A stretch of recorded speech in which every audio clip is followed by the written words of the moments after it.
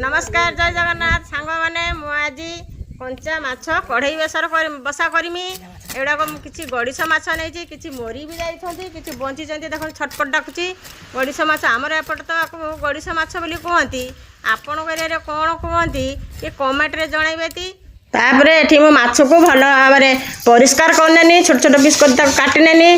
ता भितर गड़िश माछ गुड़ा भितर नुंगुरा थाए भल भाव में परिष्कार करी छोट छोट पीस कर काटिने तापर धोई धुआई परिष्कार करनी गोटे छोट कढ़ाटे नेनी से मु मसला देवाई सोरिष जीरा कि बाटिकी रखी तापर जीरा गुंड धनिया गुंड तापर देली टिके लंका गुंड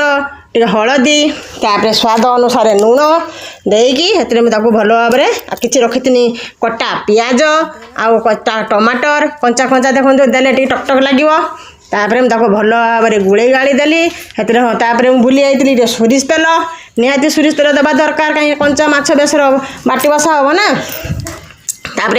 मुझे भल भाव में स्वाद अनुसार लुण देकी गोली गाड़ी देली भल भाव देखो मोर गोली केटे सुंदर कलर भी आसीगला तापर अल्प टिके पानी देकी भल भाव जोखा चोखा करदेनी करदेकिनी धीमा आंचर